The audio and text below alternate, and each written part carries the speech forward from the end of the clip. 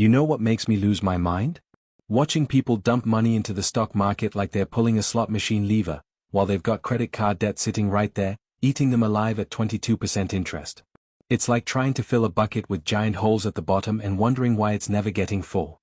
I'm your stickman guide, and I spend probably way too much of my brain power thinking about money, smart investing, and why so many people insist on doing things completely backwards when it comes to building real wealth. If you actually want to learn the right order for putting your money to work, instead of just throwing it at whatever sounds exciting this week, smash that subscribe button and hit thumbs up if this video ends up saving you from some seriously costly mistakes. Here's something that'll probably catch you off guard. 1 in 3 Americans has zero emergency fund. Zero. And the median amount people actually have saved for emergencies? A jaw-dropping $500. That's less than most people's monthly car payment, and it's actually dropped from $600 just a year ago. Yet these same people are sliding into the comments asking whether they should be buying individual stocks or jumping into crypto. That's like asking which color to paint a Ferrari when you don't even have bus fare. The truth is, there's a specific order for investing your money, and following it can save you tens of thousands of dollars over your lifetime while putting you on a fast track to financial freedom. Most people skip it entirely because it's not glamorous. They want to jump straight to the exciting part without laying the boring groundwork that actually moves the needle. Today your stickman is walking you through every single step in the right sequence, so you can squeeze maximum returns out of every dollar while cutting your risk down. And I promise some of this is going to catch you off guard, especially why your employer match beats almost everything else, and why a health savings account might be the most powerful investing tool most people have never even thought about. But before we get into the steps, let me explain why getting this order wrong can seriously wreck you. Think about building a house. You wouldn't start shopping for fancy light fixtures and marble countertops if your foundation was cracked and your roof was caving in, right? But that's exactly what people do with money. They get fired up about the hottest new ETF while carrying high-interest debt that's guaranteed to cancel out any gains they make. The cost of getting this wrong is enormous. Every month you carry credit card debt at 22% interest, that debt is outpacing almost any reasonable investment return. Every month you skip your employer's match, you're leaving completely free money on the table. And every month you pour money into a regular taxable account before maxing out your tax-advantaged ones, you're handing extra cash straight to the IRS for no reason. Step 1. Before you invest a single dollar anywhere, build an emergency fund. I know. Boring. You'd rather hear about stocks that'll make you rich.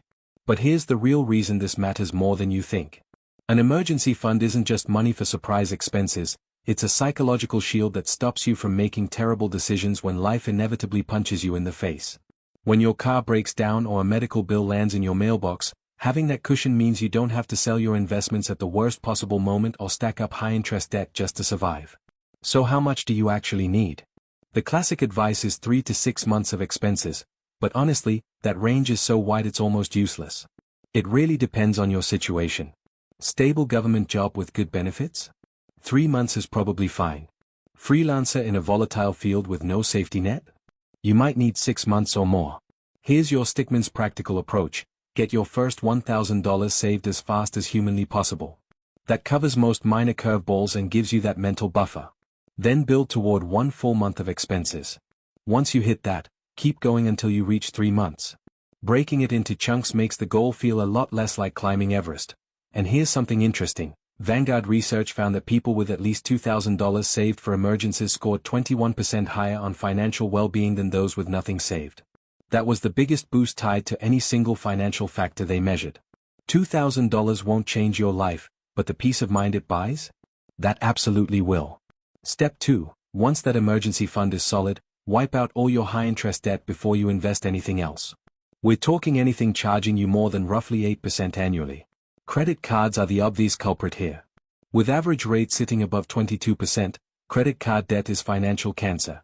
It compounds faster than any reasonable investment return you can realistically expect, which means carrying that debt while investing is like running a marathon with a backpack full of bricks.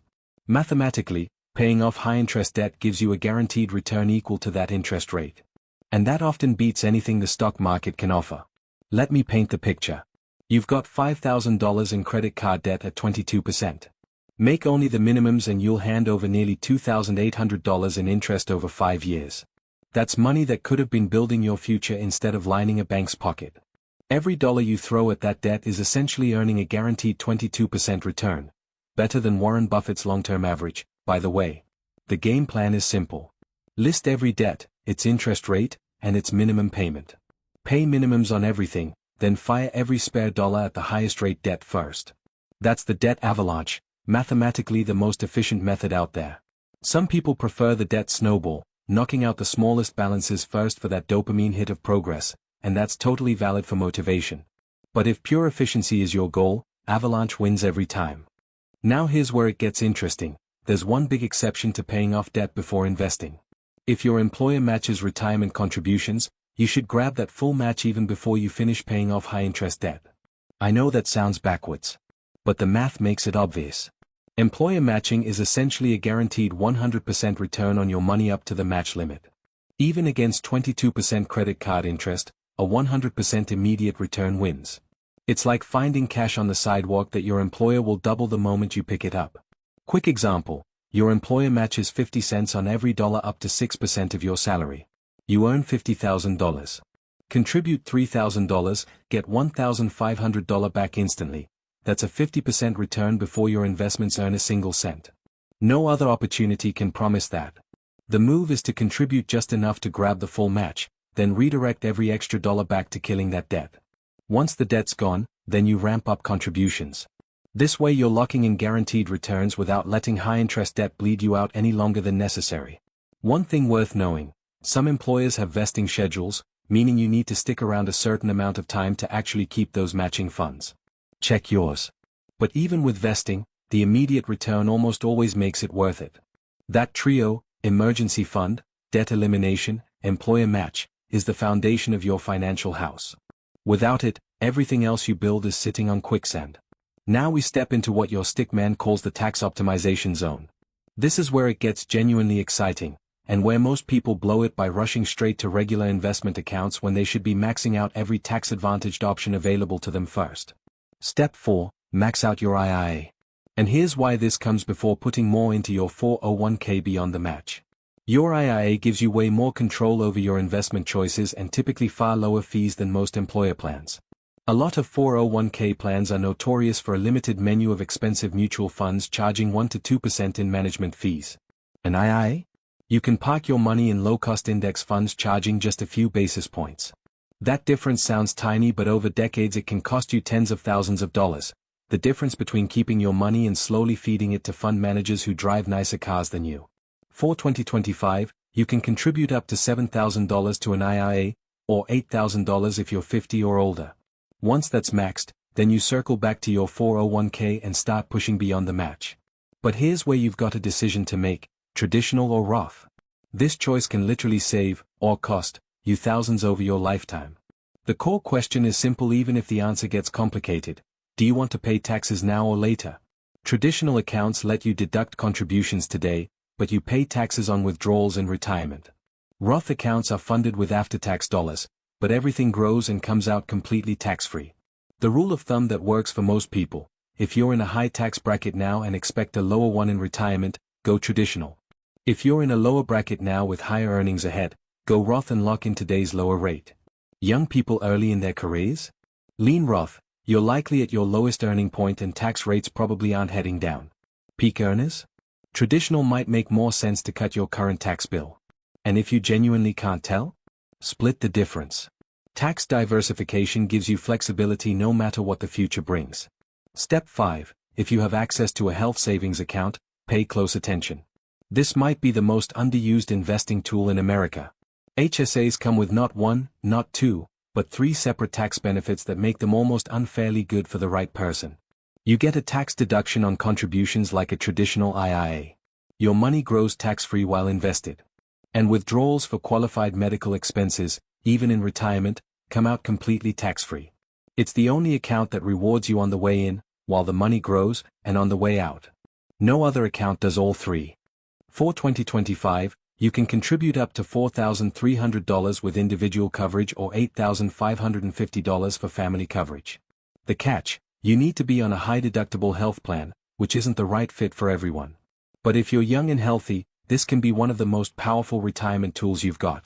Here's the power move with HSAs: pay today's medical expenses out of pocket if you can, and let the HSA money stay invested in the market. Save every single receipt, because there's no expiration date on when you can reimburse yourself for qualified expenses.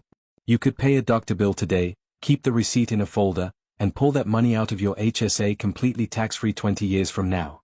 After 65, HSAs get even more flexible. You can withdraw for anything, not just medical costs, though non-medical withdrawals get taxed like a traditional IRA. But let's be real, medical expenses in retirement are basically guaranteed, so having a dedicated tax-free pile for healthcare is a serious weapon. The numbers on this are wild. Max out HSA contributions for 30 years at a 7% return and you could be sitting on over $400,000 in completely tax-free money for medical costs. Given that the average retired couple today spends north of $300,000 on healthcare throughout retirement, a well-funded HSA can essentially make that entire expense disappear from your budget. Step 6. Once your HSA is maxed, go back and push your 401k to the limit. For 2025, that's $23,500, or $31,000 if you're 50 or older. At this point, between your IRA, HSA, and 401k, you could potentially shelter over $35,000 a year from taxes. That's serious money compounding without the IRS skimming off the top every single year. Here's a reality check that might surprise you. Most people never even make it this far. The average American saves around 6% of income, often not even enough to fully capture the employer match and fund an IRA, let alone everything else. But if you're working through this entire sequence, you're already in the top 5% of savers in this country.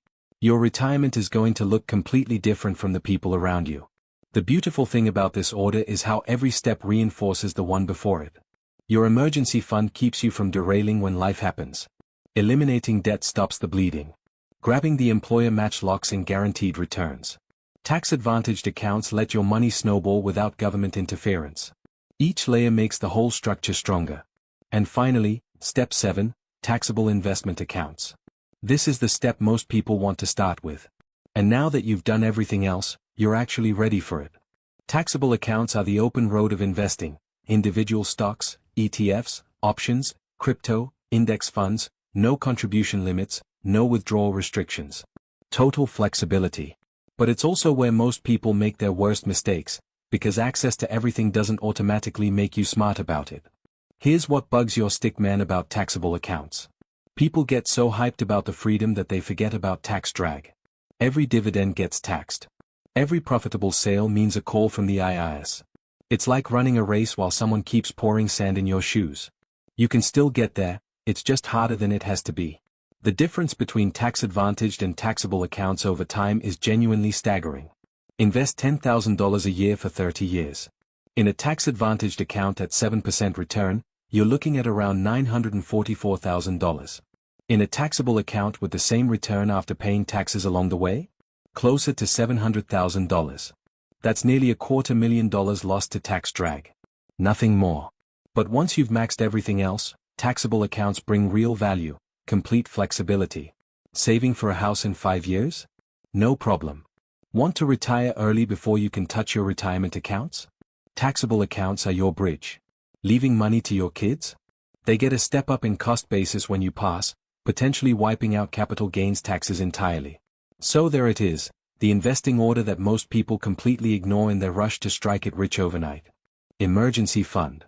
High interest debt. Employer match. II. HSA. Max the 401k. Then, and only then, taxable accounts. Follow this sequence and you'll be quietly building real wealth while everyone else is still chasing the next hot stock tip. Your future self is going to be genuinely grateful you did the boring stuff first.